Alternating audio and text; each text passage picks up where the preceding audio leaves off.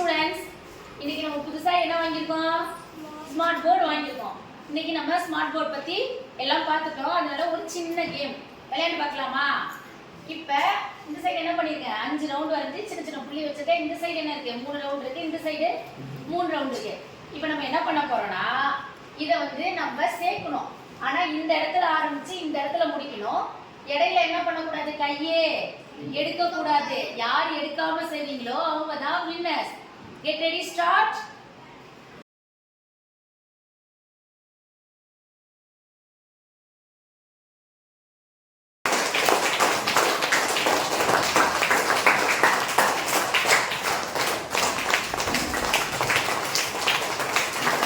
Super, clap பண்ணுங்க.